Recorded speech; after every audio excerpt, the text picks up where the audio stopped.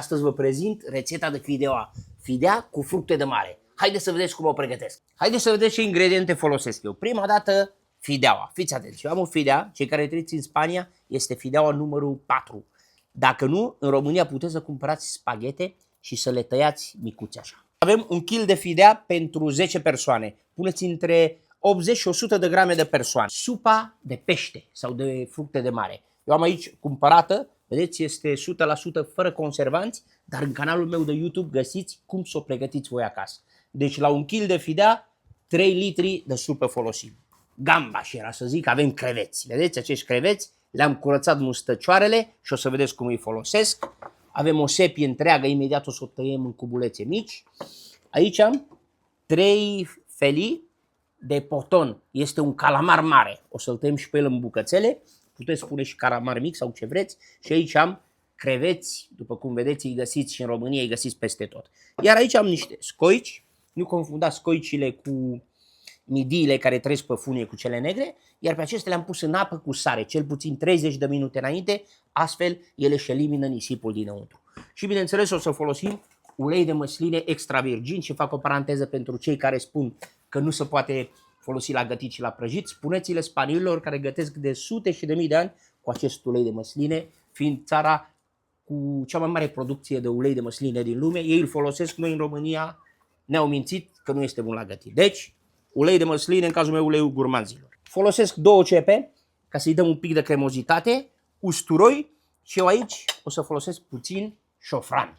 Acest șofran, mi-mi place să-i facem o infuzie de șofran, în apă la 60 de grade merge perfect și îl lăsăm. În infuzie de astăzi o să-l pun așa cum este. Înainte să tai aceste felice, nu v-am spus, ele au o pieliță albă aici deasupra și uitați, eu am curățat-o. Înainte le curățați și le tăiați în cubulețe, după cum vedeți. Aici am 2 filete de merluciu pe care le iau și îl tăiem la fel în cubulețe. Pun imediat arzătorul și tava la foc și încep rețeta. Singurul lucru ce mi-a spus până acum că nu puteți găsi este această tavă și arzătorul. Începând de astăzi îl găsiți în magazinul meu la seviacasă.ro, tava de paella, arzătorul, lingură și tot ce doriți ca să vă pregătiți voi acasă ce este minunăție. Încep rețeta. Prima dată punem uleiul, punem creveții. Îi punem să se prăjească puțin. Între timp ce prăjim creveții, vreau să vă mai spun ceva. Voi pregătiți această rețetă cu ce aveți la îndemână. Nu este obligatoriu să puneți ce am pus eu. Puneți ce aveți la îndemână în zona voastră, să vedeți ce gust bun. Cea mai importantă este supa de fructe de mare sau de pește. Faceți eu, în YouTube găsiți cum să face supa aceasta. Îi întoarcem și pe partea cealaltă așa și îi lăsăm un minut aproximativ pe fiecare parte. Acum îi scoatem, trecem cu ceapa și usturoiul. Punem o lingură de usturoi pisat și o lingură de ceapă de persoană. Noi dacă facem 10 persoane, am aici 10 linguri, așa, vedeți? Tocate mărunt. Această rețetă se poate face și fără ceapă, dar ceapa o face să fie un pic mai cremoasă și dă un gust bun. Eu am provat și cu și fără și aceasta este excelentă. Și vă spun, în Spania, dacă mergeți, în fiecare restaurant găsiți câte o rețetă diferită. Dar mai bună ca asta, în puține restaurante găsiți, o să vedeți. Cei care o probați la voi acasă, aveți încredere în Sebi și urmăriți la Sebi acasă în TikTok, Facebook, YouTube și Instagram, nu pierdeți nicio rețetă. Și vă invit să vedeți și paella de marisco. Bah, ți-am scos acolo. Am lăsat și ceapa aproximativ un minut și aici, ce nu mi-a spus la început, avem nevoie de 3 roșii rase. Puteți să le cumpărați în conservă sau să radeți 3 roșii mari. Și le amestecăm bine. Îi pun o linguriță de boia dulce. Imediat îi adăugăm calamarul și sepia tăiată în bucățele. Peștele nu-l adăugăm aici, deoarece îl facem praf. Peștele să sfărâmă imediat. Acum când și-a evaporat tot lichidul, vedeți, și a început să prindă roșiile ușor, adăugăm fideaua. Și o prăjim și pe ea puțin aici. Și tot acum adăugăm și acești creveți curățați. Acum este timpul să adăugăm supa. Dar o adăugăm fierbinte. Trebuie să fie fierbinte. Dăm drumul la foc maxim și vă spun exact cantitatea de supă, cum puteți să o măsurați.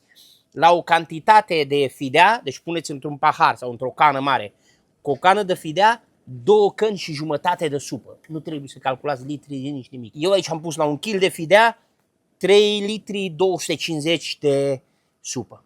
Și acum o lăsăm la foc mare primele 6-7 minute. Era să uit, acum adaug și câteva firicele de șofran. Așa, nu prea mult. Voi mereu trebuie să vedeți supa cât este de sărată când o faceți sau când o cumpărați. Eu o să-i adaug puțină sare, doar puțină. Această sare pentru fidea și pentru tot ce mai rău.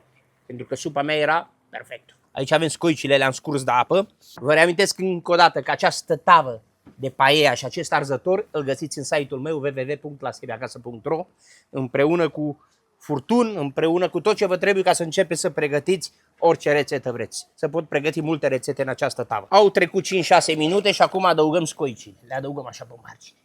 Asta dacă s-a desfăcut nu e bună. Adăugăm peștele, nu l-am adăugat de la început că se sfărâmă. Și acum adăugăm creveții care sunt deja prăjiți. O mișcăm puțin și acum în ultimile 8 minute lăsăm focul mai mic. Să facă... Iar ați învățat ceva frumos, prietenii mei gurbați, distribuiți rețeta cu prietenii voștri. Au trecut 15 minute, încă mai are puțin lichid. Este momentul să oprim focul și o mai lăsăm 5 minute repaus, să-și mai tragă din lichid și să vedeți ce am scos noi astăzi aici. Urați-mi poftă bună în comentarii, vă rog frumos, și astăzi ați învățat ceva frumos. Prietenii mei gurbați, trecem la momentul cel mai așteptat. Upa! Uitați aici. Poftiți la masă!